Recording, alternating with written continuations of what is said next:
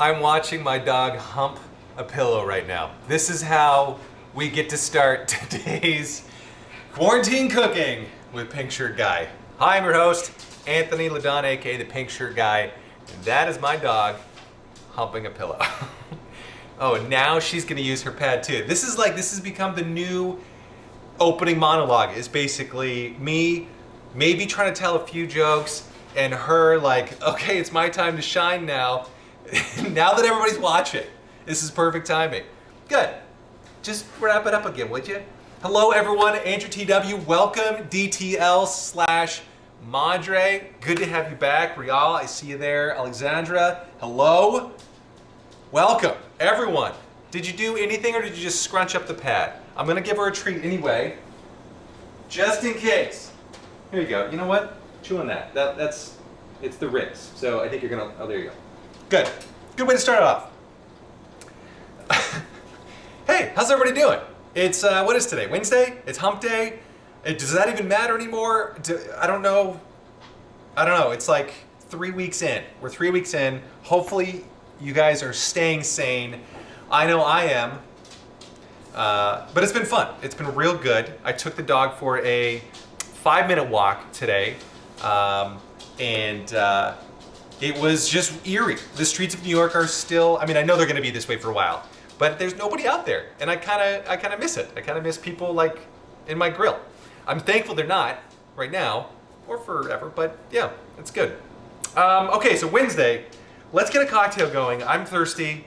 I don't know what my dog is doing here. She's just, if you see her, or if you hear her kind of click-clacking around, just know that that's on me for not having clipped her nails before showtime. She got stuck in hair and makeup, and then the brush got stuck in the hair. Didn't even have time for makeup or nail clippings. So really, she's a mess. She's a big mess, but aren't we all? Okay, we're gonna get a cocktail going. So, Jean in Huntsville, Alabama has joined. Welcome, or Jeannie. I don't know if that's the fancy way of spelling Jean or Jeannie without the I, because I could see them both working. I don't know which one it is. Hello either way though. Welcome from Alabama, from Huntsville, all the way from Huntsville. Yeah, we got Thomas Aragoni's back. Good to see everyone. Oh, this is so nice. I apologize for my dog barking, but she may do that every once in a while until I get those ribs out and served, because she's hungry. Like the bottle. Oh, Jeannie, as in the bottle. Okay. God, do I get a wish? This is gonna be exciting. Okay, welcome, Jeannie. Like the bottle. Happy to have you here. Okay, so let's get a cocktail going first. We're going old-fashioned with our cocktail today. I'm going to be making an old-fashioned. I don't know why we didn't start with this cocktail, considering it is the cocktail that kind of started cocktails in general. The old-fashioned, as far as I know, is the original cocktail. It was essentially just a little bit of distilled spirit, and because it tasted so harsh, it was watered down a little bit, not watered down, but tempered a little bit with some sugar and some bitters as kind of like seasoning for the cocktail.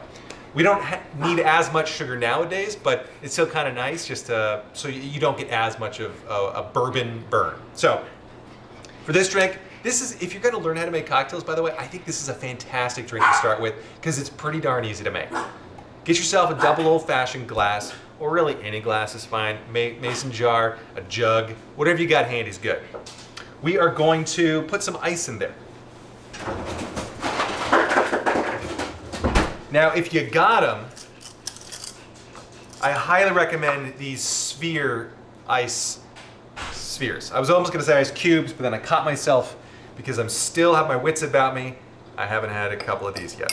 I love the spheres. You know, I don't know if they really do dilute the drink less. I don't know if that's true. I don't know the physics behind it. Liquiphile's got her jug, woo! Yeah, I don't know the physics behind it. I don't even care. The only thing I care about here is I like that it just looks sexy.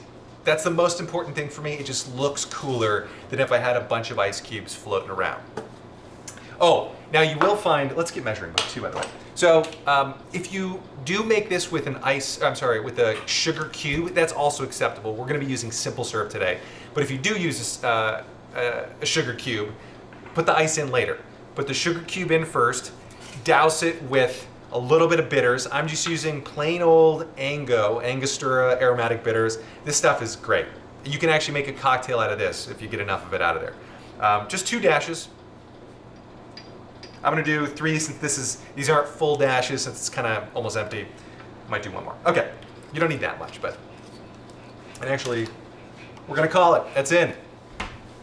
We're gonna miss you, buddy. I've got a whole nother one in there. Okay, and then to that, so normally if you're using a sugar cube, douse it in the bitters, muddle it a little bit. If you don't have a muddler, use a spoon. That's fine. You don't have to get fancy about it. You're just looking for that to dissolve a little bit. You can even cheat and use a little bit of water if you wanted to, or club soda, something. Just a little tiny bit, like barely a splash. That's all you need. Or don't, and just use simple syrup like moi. I've said it before, I'll say it again. I'm a huge fan of making your own simple syrup. It's just way cheaper. Like simple syrup in a jar costs you $8. I could make this whole thing for maybe 10 cents, I think, and all you have to do is put granulated sugar and water, equal parts by weight or volume, it's close enough, into the microwave it until it boils, stir it, let it cool, put it in this, keep it in the fridge. That's it. Congratulations, you made simple syrup. And now she has officially used her wee pad, so I got conned before. Let's give her some ribs. Here you go. There's some, we'll just drop that there. Perfect. Pardon me. I take care of my pup. Okay, there we go, now we're back.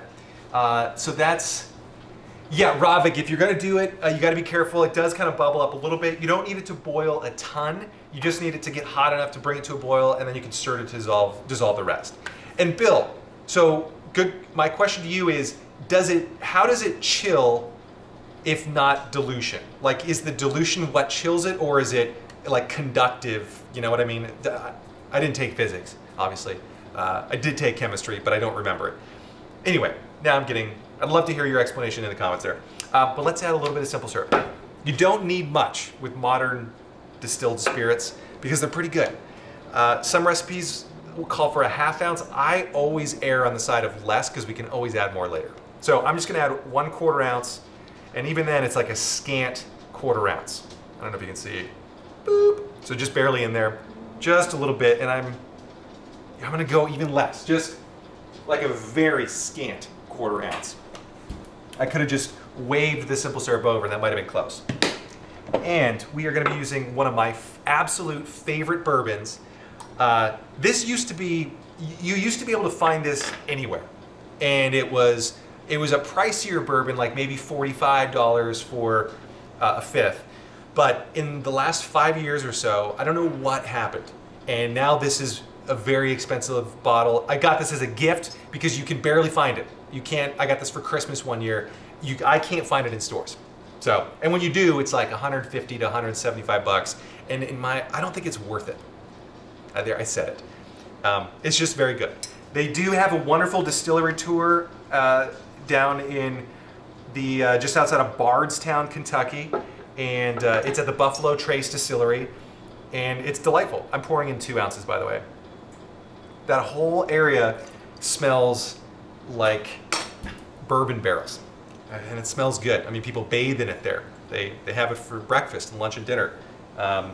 We were at a bar where for $25 you could line up 5 shots of some pretty decent bourbon, all locally distilled, and it's all fantastic. So, oh, here we go. The technical answer. Oh, the surf. Okay. Oh, all right. There we go. Bill to the rescue with a little bit. Okay, doesn't this look sexy already? Come on, it's like just perfect. I'm gonna give it just a little stir to make sure that simple syrup is fully incorporated into the cocktail. Now, if you ever get, okay, and now let's garnish this. So you can use a fresh orange twist. Highly recommended, a little bit of fresh zest there, kind of nice. Because I have these around, I'm gonna use one of my dehydrated ones, and because I kind of want to just keep it classic like that. Now, optional, you could also add an Amarena cherry. That's acceptable too, but that's it. Do not add anything else. Don't go lemon. Maybe you can go lemon. I wouldn't go lemon. This is it. Now, some bartenders will muddle stuff in there. They'll muddle like the really red maraschino cherries, and they'll muddle up orange slices and stuff. That's not an old-fashioned. I mean, it might be good, but it's not an old-fashioned. That's like a country club old-fashioned, you know, where it's heavy pours. They're trying to muddle up everything, a little splash of soda on top, and give it to the guys as they make the turn and hit the back nine. It's fine. It's fine for a golf cart. But if you're going to be sitting down and kind of in a contemplative mood, like I'm always in, then you're going to want it like this. Yeah, it's a new fashion, Andrew. That's right. Yeah. Oh, and then if you order an old fashioned, I think in Wisconsin, it'll actually come with brandy. I think it was if memory serves me correct, there was a very large German population that immigrated, and they liked brandy, so that's what they kind of started drinking. So if you order an old fashioned in Wisconsin, if you just happen to be there, you're going to get it's all muddled. It'll be lots of ice, and there'll be brandy in there. So I actually haven't had one. I'm really curious to try it. Oh. Okay, so the amount of simple syrup I put in there, I think is absolutely perfect, because you taste all of the Blantons, and there's no cloying sweetness. It's perfect. I love congratulating myself all the time. I just have a big press conference. I'm doing a great job, wonderful job, best cocktail ever. It's a good cocktail. All right, here we go. It is a great cocktail though, and if you're new to making cocktails, start here. Even if you're old to making cocktails, this is a great place to do it. All right, now that we got that made, let's get going. So today's show, we are doing this. This is like a leftovers show, but it's not leftovers that we've been cooking on the show. They're not even technically leftovers, but they are things that could be leftovers. So if we're going to be making a big batch of beans, which I already started, because I don't know how long beans cook for, these cannellini. I cook them so rarely, and these were the dried kind. I'll explain in a minute. So I started them early. You didn't miss much.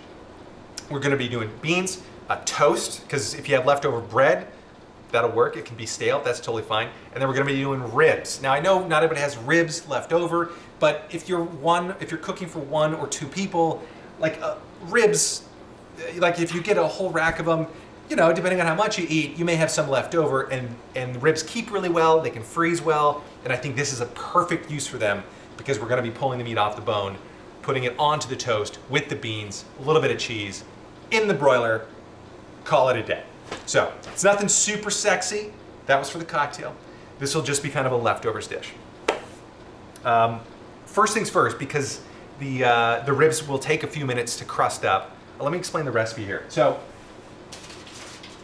warning, these are not going to look sexy.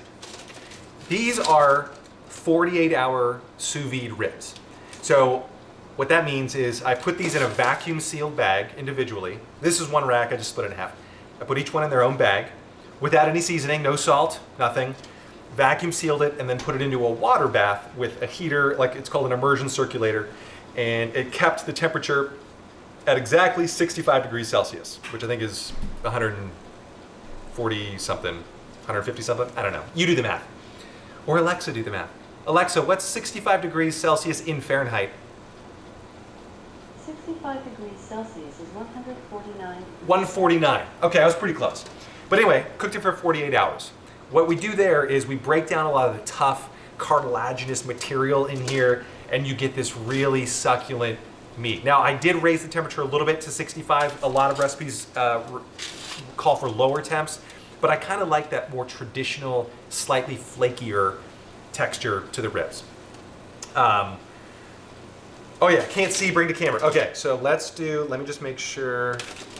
How about if I do that? Can you see? Let me get the reflection. So, or I'll do it this way. So it's not, they look kind of gross, right? That's like some of the fat oxidized a little bit. That's fine. It's fine. The flavor is just fine. It doesn't smell or anything. It just looks a little bit weird. All right? Okay, so that, I hope you can see, this is just one rack of ribs cooked separately in a bag for 48 hours. I actually think Serious Eats has a recipe for 36 hours. I was going off of the modernist cuisine at home. So between 36 and 48 sounds like it'll work. Oh, you know what? I gotta put some more liquid in here. Oh, by the way, this is the chicken stock I made and used for the risotto. I wanted to show you, can you see it jiggle? Can you hear it? That's how gelatinous it is. So, I just want to make sure to keep these beans in some sort of water. I'll get to these in a second.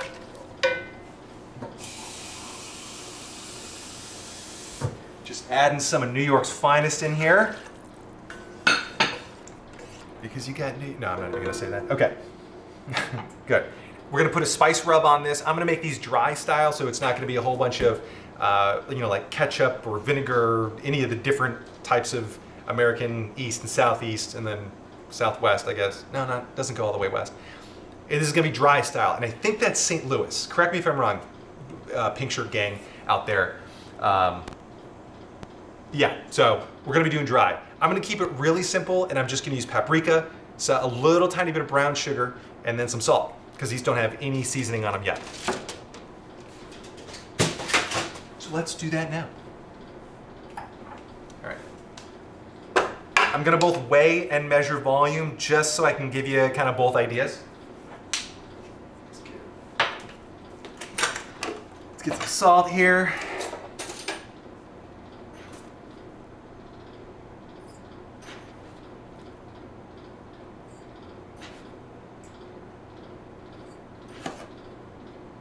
Let's see what 100 grams gives us. That should be maybe... I guess I could pour it in there. That would be easier, right? Bam. Perfect. Almost. You know, let's just go with like 75. And that is about 100 milliliters. Alexa, what's 100 milliliters in ounces? 100 milliliters is about 3.4 fluid ounces. So like 3.5 ounces, so like half a cup. And if we don't use it all, that actually, you know what I'm gonna do? Gosh, we're gonna go a little bit less. We're gonna go 50. Sorry, I'll end up writing this down and putting them on the website, but I'm just kind of making this up as we go. I just want to use roughly equal parts here for this. Okay, so that's 50. We're gonna want a lot more of this. Oh, there's not much left. We're definitely not gonna get 50 out of here. That's fine. We're gonna get 25. Oh, 2 to 1 would be great. I should have done them separately so that I could at least figure like it hopefully doesn't come out way too salty. That'll be fun to find out. And then a little bit of sugar. Just a little tiny bit. That is very dry stuff, because we haven't used this in ages. Why don't we go like a tablespoon? We'll call that good, right? That is so hard. I probably should have goofed around with this before. Yeah, good, about 10 grams.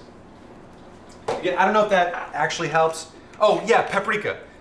Thank you guys for catching me on that. It's I'm using a smoked, hold on. It's a, get it there, buddy, get there. It's a smoked paprika, Spanish paprika. Sorry about the glare. Let's do this. Smoked Spanish paprika. Yeah. Francesca, welcome. All right, so we're just gonna give this a little stir. I'm okay if it's a little bit salty because we can kind of dial it back. I just don't want it to be sweet. I want a little bit in there to help it glaze up, and I know it's super chunky, so we're gonna have a tough time getting it on the pork anyway, but it's the thought that counts. All right, that's pretty good. Again, this isn't perfect, it's not rocket science. We just want a little bit of paprika and some salt. That's the most important part. The sugar will help it crust up a little bit. I'm looking for just a little bit of bark on there, you know?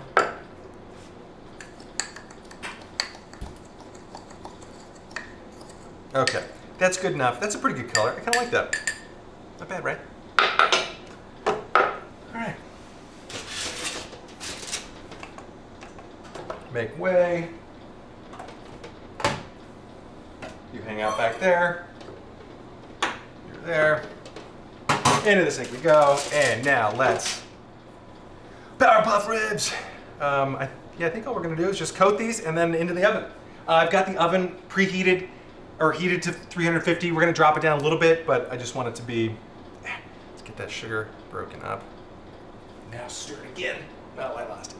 Doesn't matter.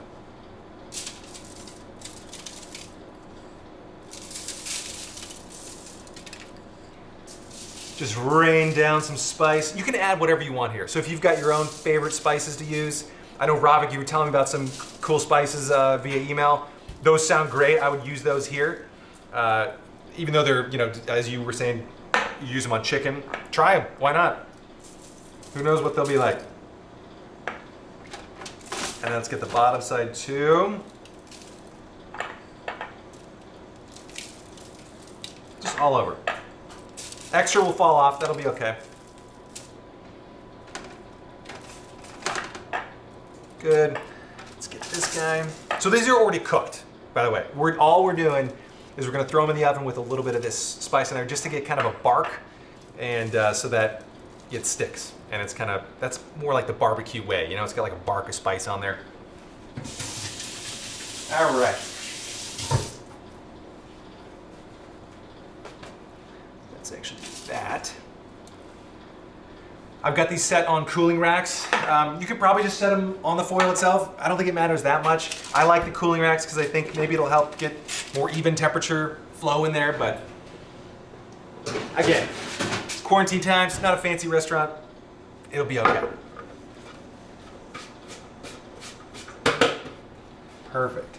Don't get too warm there. Yeah. Well, Ravik, you're saying, oh, you don't even have cooking spray there. Like, is that normal that you don't use cooking sprays or have them? Or is it now with quarantine times and end of days, you just don't have them? Because it's getting a little bit, I know every day I say this, but it's getting a little bit harder to find stuff. I can't make another reservation on my grocery delivery service, even like a week out. So I don't know where my next, I have a delivery coming this Friday, but then after that, I don't know where I'm getting groceries. So we'll find out. I mean, I could go right across the street, I have a grocery store, but I feel like I don't want to break quarantine unless I have to, and there's, plenty of old people that live around here. I just don't want to risk it. Yeah. All right. Jean Marcos, welcome. I hope that's how you pronounce your name. I have no idea. Oh my God. This is so good. And that'll actually, even with like a cheaper bourbon, it'll still taste pretty darn good. You may need to bump up the sugar just a pinch, but you'll live. It'll be great. Okay. Oh, so here are the beans. Now the story with the beans, these are cannellini beans. They were dried. This is what they look like. I think they're also called white kidney beans. But, oh, you don't have Pop-Tarts, Ravik? Whew, that's tough. Anyway, I soaked these overnight in just cold water, sat them out on the counter. You don't have to do that. Everything I've read says you don't have to. It just shortens the cooking time if you do soak them. So if you are gonna do that, if you have the ability to plan ahead a little bit, first time in my life I did it, just put them in a large bowl, cover them with a couple inches of water. Doesn't matter how much, just you don't want them, they'll poof up a little bit and you just don't wanna put just enough water in there and then they poof up and the ones on top don't get any more water. You just wanna make sure they're good and covered. Let me set a timer here. Good. So I soaked them overnight, I drained them, excuse me, and then I put them, and we're back. I put them in a large pot with just a little bit of water. I just covered them with water, turned them on medium heat, and just let them simmer. So I've been kind of adjusting the heat so that it doesn't come to a rolling boil, but that's about it. I did just add the chicken stock, which you witnessed, and now, I should have done this before, but I wanted to save something for us to do together.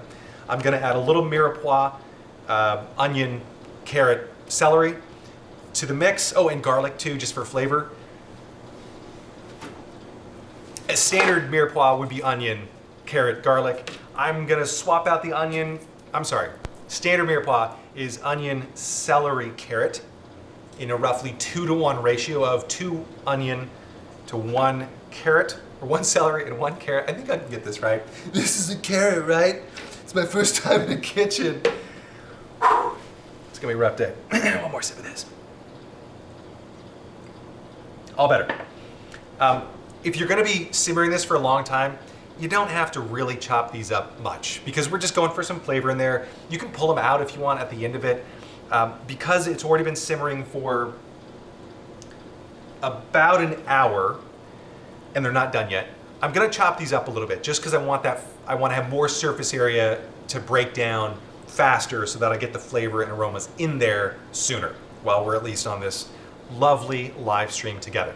So without further ado, I'm gonna get chopping and dicing here. The garlic though, I will just, I'm just gonna cut the garlic in half because I don't want a whole bunch of that stuff floating around, and it's just a little bit easier to get out if it's kind of in large chunks. There we go. Put them face down. You can use it if you don't have garlic. I mean, I don't know who doesn't have garlic. Actually, sometimes I don't, and that's weird. But if you don't have it, that's fine. Use onion. You can, in a pinch, use anything in the allium family. Leeks work. I wouldn't use ramps here because they're so good, you know, for the 1 week a year you can get them. I don't know if we're gonna get them this year. But garlic, spring onions, red onion probably could work too. It'd be just a slightly different flavor. Yeah, so Bill, that's a way to do it too. Yeah. I didn't brine mine overnight. I know you can. Some people do that. Some people swear that it hardens the skin if you put salt in too early. I've read that that's also a myth, so we're just gonna go for it. So anyway, garlic is in there. I'm gonna dice these bad boys up. Again, just so we can kind of get more in there faster. Now normally, if you're gonna do these first, you could just leave them almost just huge chunks, throw them in there, and then throw the beans in. That's fine. You could even sweat them a little bit that's okay too. And you can kind of just do whatever you want. I mean, you know, the idea is slow. If you're shorter cooking times, then you want them diced up more finely. I'm gonna talk so much that I won't have any cooking time left and I'll have to just puree them. Or you could omit these altogether. That's also fine. No one's gonna know. You will, your guests will. But you settle down. What did I miss, John? Oh, 1867 bourbon. I'm not familiar with that, John. Is it pretty good? I've never even heard of it.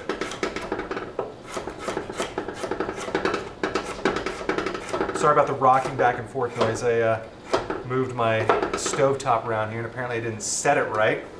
Anthony.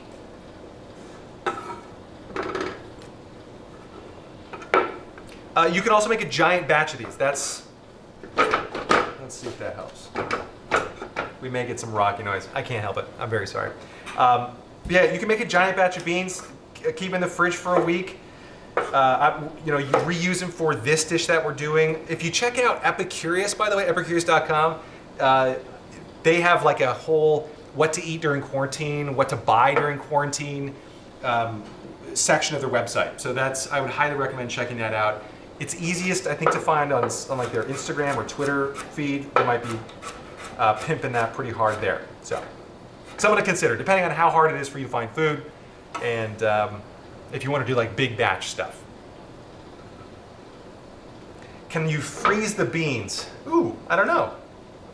I don't know how they would turn out. I guess you mean after you cook them? You could try. I don't know. That's a very good question. You've now broken my brain. I kind of want to try it.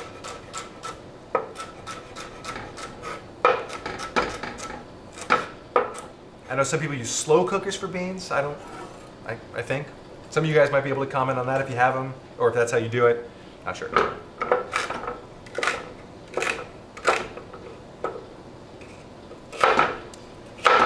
What else?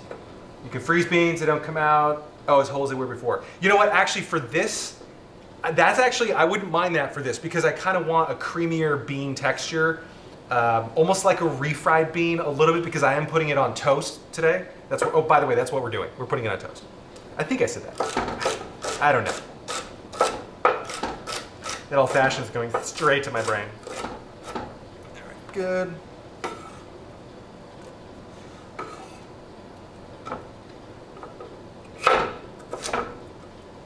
If you don't have celery, that's fine too. I actually rarely have celery, but for some reason I thought I'd get some and I kind of missed it. I bet you could even, like, you could probably even braise some fennel. That'd be kind of a fun flavor. A little fennel, a little garlic, go kind of Italian. Just put a little bit of oil in there, kind of medium-low heat, and break it down. Then add your beans in there, or just cook it all in there. See what happens. Boop. Okay, so now we're getting some really technical information here. That's helpful. So yeah, maybe we should freeze them to get that kind of creamier texture if it helps the cells burst open.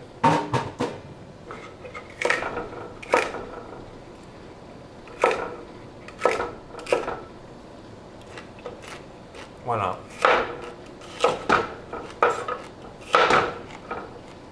Boop. Francesca, good to see you.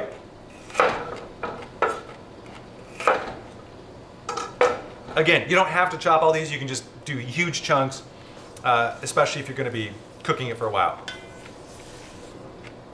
But I kind of wanted some color and variety in there, you know. But if you just want only the beans coming out of there, that I would do the big chunks, and then you could pull out the spent veggies. But you know, I thought I'd use them. Why not?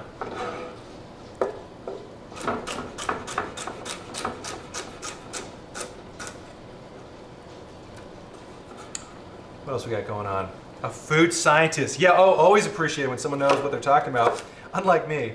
I'm like, I think these are some celery stalks. I don't know.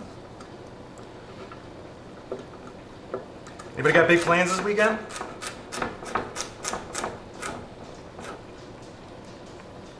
I hear people's like stay-at-home things. Andrew, you guys' Lauren was telling me it's gonna last till the 10th. What a convenient date. That'll work out nice. All right, I'm gonna add a little bit more water. Actually, let me taste them first. Do that.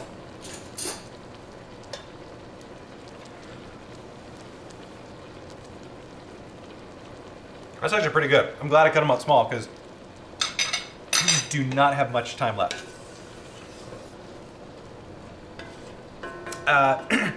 Anne Burrell, I don't know if you guys are familiar with her. She's famous. She's like one of the rock star famous chefs. Actually, she has a book called, I think it's called Cook Like a Rock Star.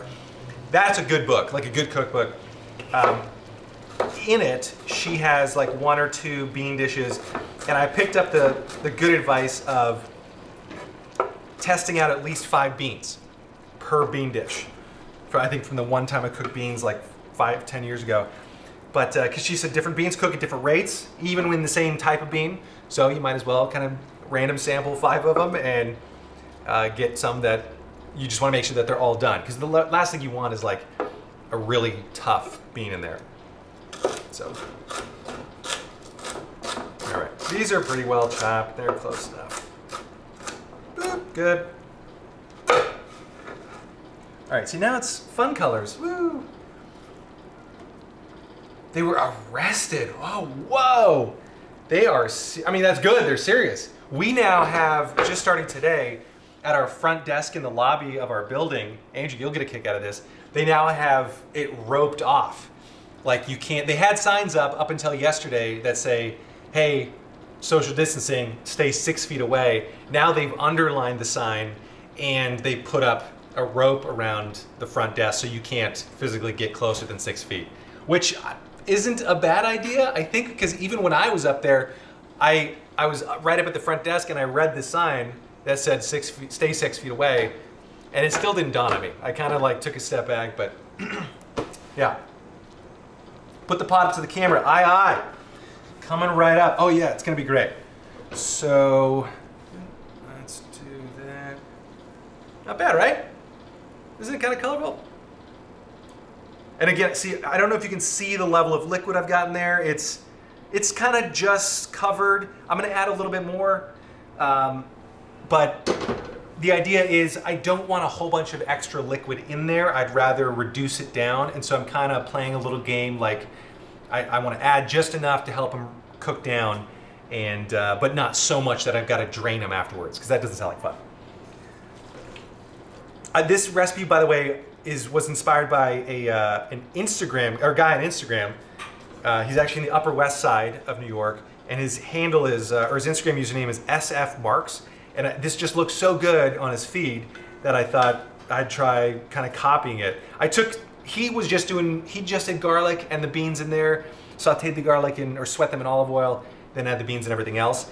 I added the mirepoix because I thought I had some carrots to use up and celery I've got to start using up because it's going to go bad.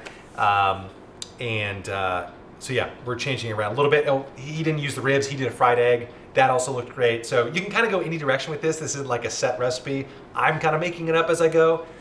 I had ribs and I wanted to use them. So, okay. Good, we still got a decent amount of liquid in there. That's fine. What am I missing here? Oh yeah, okay. Can I say this? Oh, a hockey stick. That's great advice for Canadians, I think. Oh, Craig, great advice. I'm gonna write down to pickle some carrots and then explain what I did. Do you have like a favorite pickling recipe, by the way? I don't do it enough that I have like a go-to pickler. I mean, like a go-to pickler. I don't do it enough that I have like a go-to pickling recipe, but I can either look one up, or if you have one you'd like to share, would love to hear it. You can throw it in the comments or email me, either way. Yeah. But yeah, I'd love to know. If you don't, that's fine too. But because yeah, having a nice little jar of pickled carrots, something would be kind of fun. I don't have any red onion. I know that's a little more traditional. Equal parts water, vinegar. Oh, okay, great. If it's that easy, then I'll figure it out. Oh yeah, that's easy enough. I can figure that out. So I am kind of intentionally squishing some of these beans just because A, I saw the guy on Instagram do it, and B, the result was a much creamier kind of texture. So that's why your guys' idea of, my mother's idea, or a question of can you freeze it, and then everybody else saying, yeah, you can, it'll break it down a little bit. That's kind of what I want. That's what I'm going for here. So. Oh man, you guys, those ribs smell awesome. Okay. Boil vinegar, pour over carrots in mason jar. Perfect, I can do that.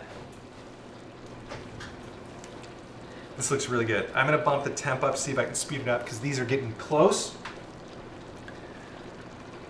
Yeah, that's all going pretty well. I'm super excited about this, mostly because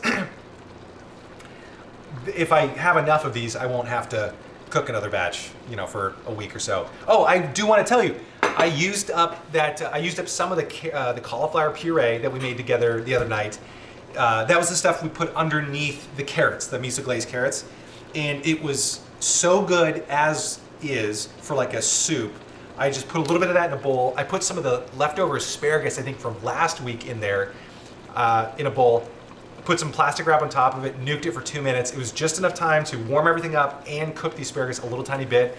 Topped it off with a dollop of olive oil and a little sprinkle of Maldon sea salt. I put the recipe up on my website.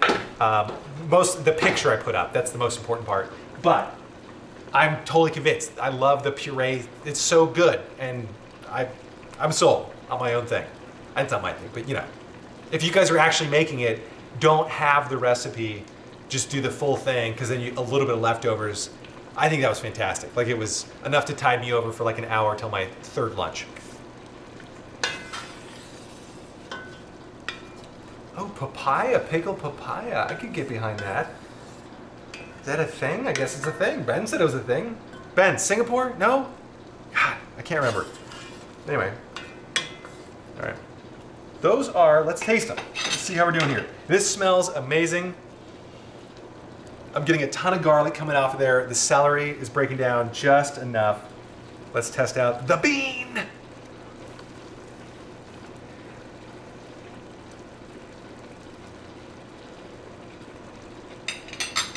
Almost. I'm gonna wash this real fast, just get it out of the way.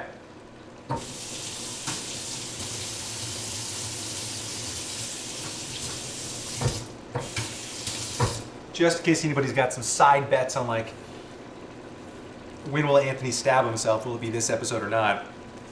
I want to make sure it's not this one. Oh, and who was I talking to? Who was telling me about the honing steel, that it doesn't actually take off material? Linguifile, I think that was you. I just got notification that my honing steel shipped. Very excited about that. I thought it had already shipped, so I was excited before. Now I'm even more excited. Okay, that's getting there. That'll be pretty dry. Let's cut some toast. Cut some bread. I know what I said. Cut some toast. Oh, man. Oh, no. Lauren requested artisanal. So, this is like the ultimate in fancy cheap. This is maybe like a $2 loaf of bread, maybe $3, depending on if you're at a really expensive grocery store.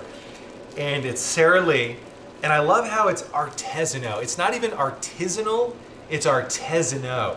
Like, they want to give you the hint that it's fancy, but they don't want to leave any doubt in your mind that it's definitely not fancy. But the deal is, it's so tasty. Like, this has to be my favorite sliced bread. It's so good. Oh, Gnarly Nerd, yes, Brad, you have some. Isn't it so good? Oh my God, I love it. And it like in the morning, just a little bit of toast, a little bit of butter on top. Oh, it doesn't have, it probably does. It does have a little bit of sugar in there. Okay, I was gonna say, it doesn't have sugar, but it tastes a little bit sweet. I don't know what it is, man, but it's like the best kind of fake bread ever. So, I'm a huge fan. But this is what we're using. We could have used the brioche. I kind of want to save that for croutons, like when it gets a little bit stale. And I want to just try, this is like, again, I'm kind of going for like leftovers here, so I should have used the heel, but. Artisanal. It's hard to find too. The grocery store across the street is hit or miss, back when I was still going there 2 weeks ago. And the grocery delivery service, excuse me. Yes, Ravik. The bread in a bag like that is top-notch fancy. It's like super fancy. I have no words for how fancy it is. Just know that it's very fancy. All right, you know what? I kind of regret some of those giant garlic, like the top half of the garlic head has now fallen apart a little bit, so we might get a little surprise in there. We can't remove all those. So some of them look like beans, and then some of them look exactly like beans, but will be garlic. So if you're eating this with somebody else, just make sure that you both have a little bit of the same thing. Or both get some garlic in there. Okay, this is looking pretty good. I'm gonna smash a few more. It's getting kind of creamy. Like, this is kind of what we're going for. I just want to cook it down until it's almost dry.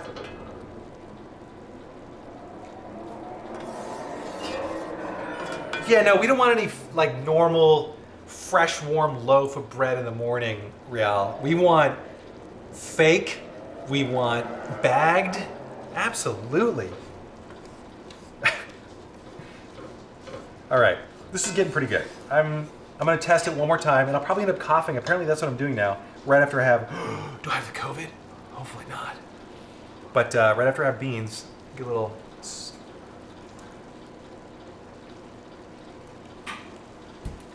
Oh, the price is fancy too, Ben? Good to know. Oh, that needs a ton of salt. Oh, the other thing too, when you're salting beans, you can be pretty aggressive. Like, there's a lot of calories in there that need some salt. So it's a little bit easier when there's more liquid in there. The other thing is, don't over salt with too much liquid in there, because then you'll reduce it down, then it'll be too salty. So just kind of salt as you go. I don't know if that's an official suggestion or if that's just Anthony saying that, but I would just kind of salt as you go. Okay.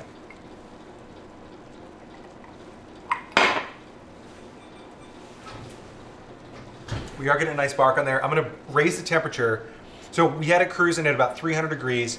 Where's my, do I have a timer going? Oh yeah, it's 8 minutes left. I'm gonna crank it up a little bit just so we get, excuse me. I want that to get a good bark on it, and the higher temperature will cook it a little bit faster. It's the COVID, it's coming for me. And I'll get my little pan ready for toast.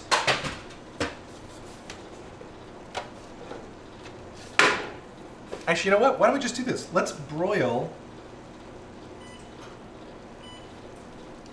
broil the ribs. That'll really get it going. Just for like 5 minutes or so. The dark brown bread with sunflower seed called. That's the best bread out there. I don't know. Ravik, good question. Not sure. Never had that. Is it, I mean, the dark brown, I know pumpernickel.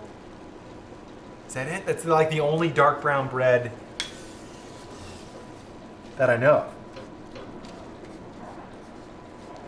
Does that make me racist? I don't know. I got one dark brown bread. All right, this looks pretty good. Yeah, honey steel band, straight edge, perfect. Yeah, I used to have one. I feel like, don't judge me too harshly. I used to have a honey steel and then I got rid of it for some unknown reason. And I've hated myself every day since. So, hopefully I can become whole again. Oh man, those ribs smell so good. All I did was just turn on the broiler to help caramelize that sugar that's in there with that spice rub. And again, if you want, so if you do like a moister, if you want to do more of a sauce on the ribs, that's fine too. You pick a recipe out there on the internet, there's bunches of them, but you can baste them intermittently as you bake them. And that way you build up you kind of have some that's caramelized, but not too much, and then you have some fresh stuff with a little bit of vinegar in there. It'll be great. It'll be great. We're planning could have fresh bread and 20 minutes of cooking. Oh, Bill. Okay, so good suggestion. Has anybody started, okay, don't tell Lauren, but I've been thinking about doing like a sourdough starter to make sourdough bread. Has anybody done that? Do you recommend that? I like the idea of, feeding it and then removing some and then adding some back in. It kind of sounds fun. It's almost like another pet. And I used to brew a whole bunch of beer. So, I know my way around yeast. So yeah, I don't know. Is anybody doing sourdough starters? Okay. All right. Well, maybe we'll do it together. Maybe this will be like maybe it'll be a little segment on this show. We'll do a quick, hey, here's my sourdough starter. What do you guys think?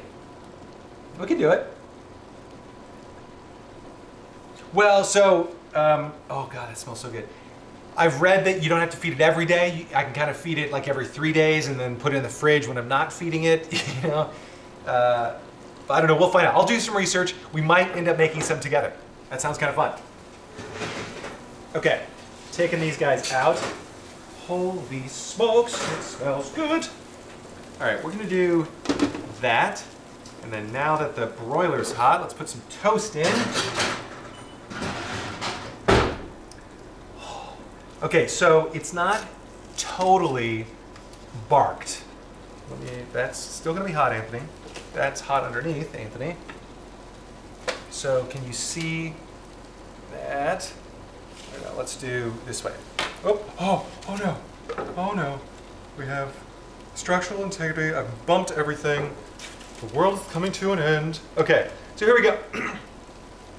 It's not totally barked. You can kind of see there's still a little bit of powder left on there. That's okay. It'll still be really good.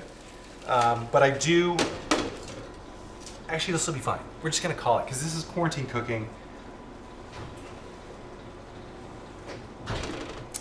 I might put them in there just while I'm getting the beans on the toast and like prepping the actual dish. So might do that.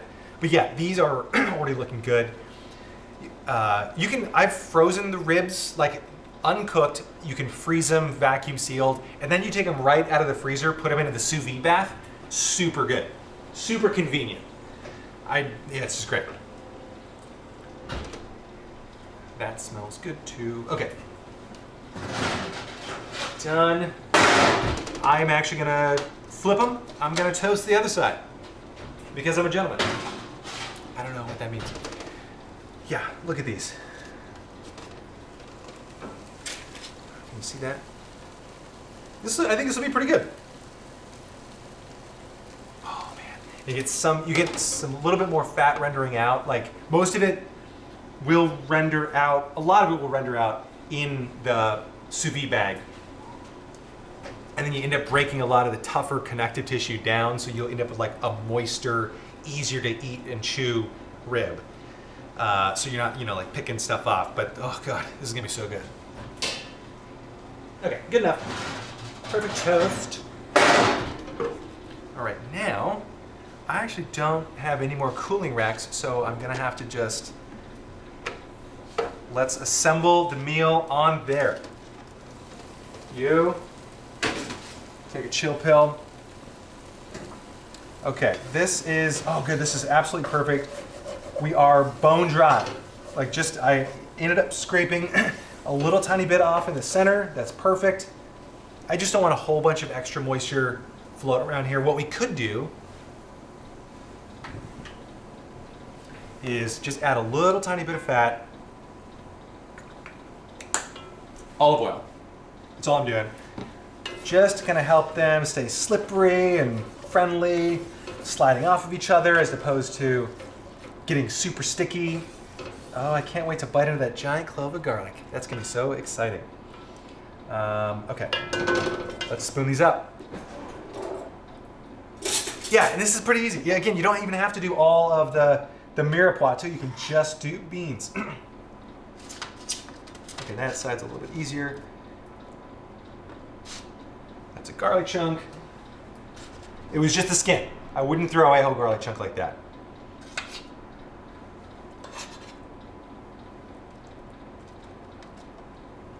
All right, a little smooshy do.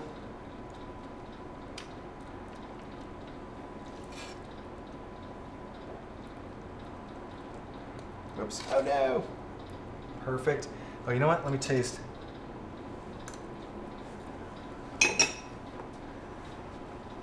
Okay. It's a little, oh, you know what? It's not too bad. It's a little bit light on salt, but I'm okay with that because I'm going to shred up just a little bit of like a rib or two per toast. And then, because that might be salty enough. Okay. Hold on.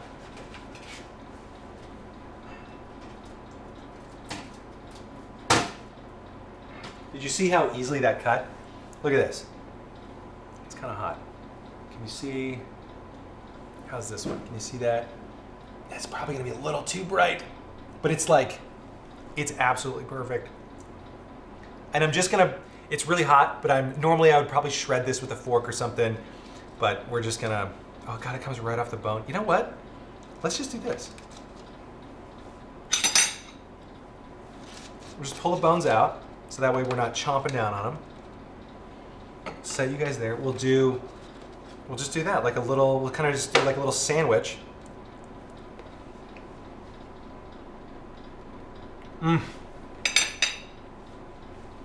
That works. Okay, 2 bones here.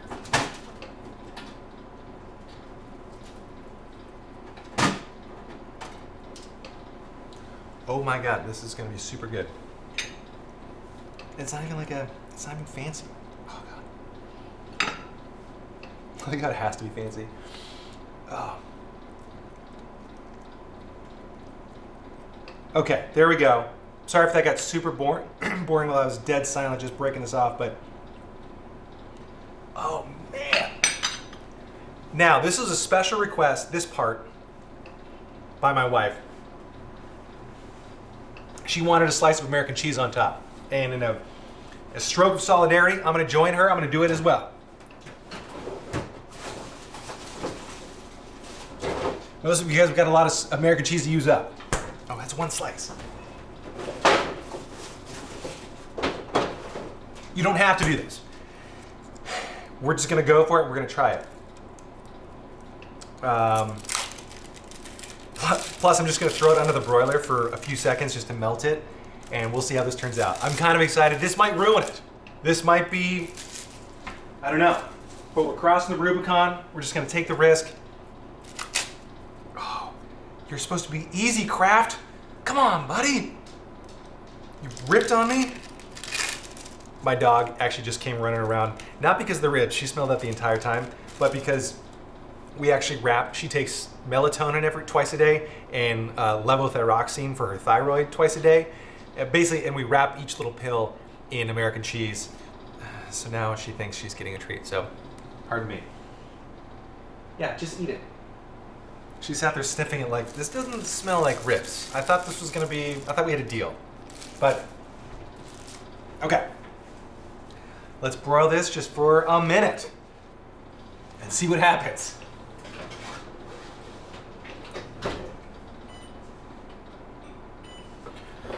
Moment of truth coming up. When we come back on Quarantine Cooking with Pink Shirt Guy. I'm still waiting for the day when I just like get caught up in the moment of doing something, totally and utterly forget we're live and start doing something stupider than normal. Oh yes, Andrew, bam! We could have used some of the Mornay, the fake cheese sauce from the fake Madame last night. The questionable Croque Madame. That would have been fantastic. Oh, I didn't tell you. Update. We did use, for breakfast, I think it was this morning. Yeah, it must have been this morning. I did an open-faced Croque Madame. And I like to think of it as a topless Croque Madame. So no top layer of bread. I thought it was kind of fun. But, okay. Perfect timing. Look at this. Look, isn't she pretty? It looks a little goofy, but I love it. Like, why not? Okay, let's plate this, and then let's taste it. All right, we'll take this one. Oh, why are you sticking? Is it some of the sugar in the bread that's sticking? Bread shouldn't stick. Oh, unless some of it's seeped through. What is the past tense of seep? It's seeped through? It seeped through? Yeah, that sounds right. Why is it so why am I... It's easy. It's English. Okay. Yeah, a topless Madame. Okay. Good. Oh, man. That's like just enough cheese, right? That doesn't even look like too much. Let's try this. That's just single fork it. Not fancy. Okay. Got some beans. Let's make sure one ran away.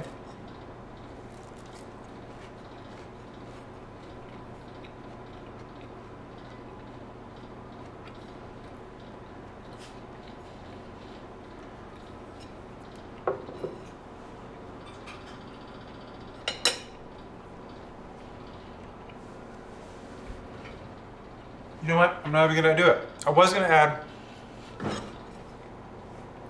Okay. Can you see it? Hold on. I'm gonna make sure it doesn't fly off. Not super sexy, right? But this is quarantine cooking at its best. Leftovers, we got leftover. Thank you for the reminder, Andrew. We got leftover beans-ish. Pretend they are. Ribs, if you ever have any leftover. But you could also use pork shoulder. Or any kind of like tough meat like that you cook low and slow. That would absolutely work. All that stuff.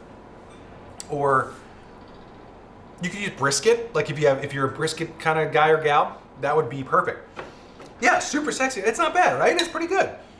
And I actually think the extra cheese adds a little bit of moisture in there, a little bit of fat. That's pretty good. I was almost tempted, given this toast, because I toasted it both sides, dried it out, to put a little dash of olive oil on there. Why not? Let's just give it a shot. Well, it's a lot of competing flavors. No, we're gonna enjoy it like this. I actually think this is pretty good. The only thing I would do here is if you're gonna put this in the fridge, I'd probably do a little bit of olive oil on that just to make sure it doesn't like totally stick together. But otherwise, holy smokes. Okay. Look at that. Got some ribs, got some cheese in there. You know what? The vegetables actually kind of add a little bit of color, and I kind of like that. You don't have to do them. You could, again, if you did the big chunks and then removed them, you get the flavor. That's fine too.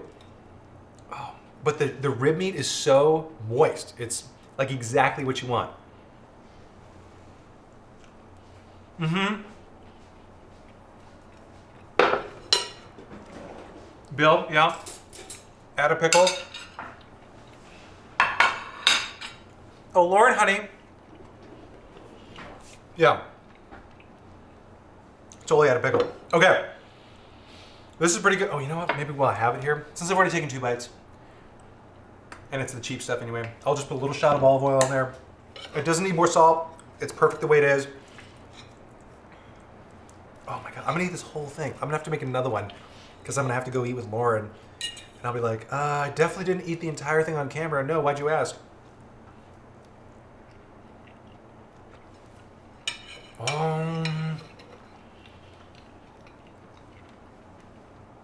I can go either way.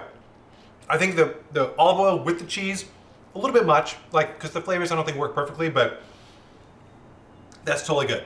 I'd say go without the olive oil. Just go with the way it is. That's super fantastic. We're done. This is it. We've done leftovers. We did pork and beans, kind of. We did it. We cooked from the pantry with ribs, but yeah, with our super fancy toast. Why does a pickle sound? Well, a pickle would be kind of nice because it would add a little bit of crunch and like acid in there, and kind of brighten it up. You could actually, for the beans, throw in just a dash of white wine vinegar or a little bit of acid in there, just to help kind of brighten it up. I think it could use it totally. But yeah, that's it. Yeah, you got it. All right, everyone, thank you so much for joining. This has been another super fun, for me at least, episode of Quarantine Cooking with the Pink Shirt Guy. Pork and beans, leftover stuff. This was awesome. Thank you so much for joining me. If you haven't done it already, like and subscribe.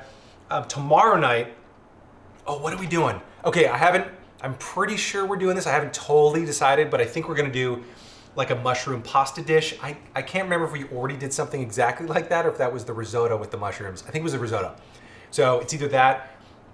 On Friday, we got coming up, this Friday, assuming my delivery comes through, my grocery delivery, I'll be doing chili, because that you can make a giant batch of. That freezes up real nice. I think so, at least. I've had frozen chili before, super good. And I kind of take a slightly different approach on chili that I think you're gonna like. So that's on Friday. Tomorrow, we're doing a pasta dish. I'll figure out exactly what it is. But yeah, thanks so much for joining. Really appreciate it. This has been so much fun. You guys are seriously the highlight of my day. Don't tell Lauren. She's the highlight of my day. And Bailey. So you guys are like third. You guys are like third place. But that's still pretty good. That's above everything else that's going on. So, well, I do really enjoy my cup of coffee in the morning. Oh, God. Let me see you fourth. What style of chili, Monster Master?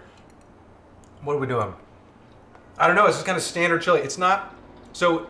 I don't know. Maybe it's like Texas chili because it doesn't have beans. I used to do beans, but then I'm not doing beans. I don't know. It's ground beef and sausage are the main meats. Got some tomatoes in there and some spices. I don't know what kind of style that is, but all right. You guys are seriously the fifth best part of my day. I really love you. Almost every one of you, but especially you. Okay, that's it. We're having fun. I'm gonna go, yes, it will become carne arabic. I can't answer the questions. Don't look, Anthony. I just don't want to leave anybody hanging, basically. We'll see you tomorrow, 5 p.m. Eastern, same time, same channel. Like, comment, subscribe, do all that fun stuff. Or not, I don't care, actually. I love that you're here. That's it. We're gonna end it. Thank you so much. Cheers. I think, where do I end the stream? Why can I never find... There we go. Love you, man.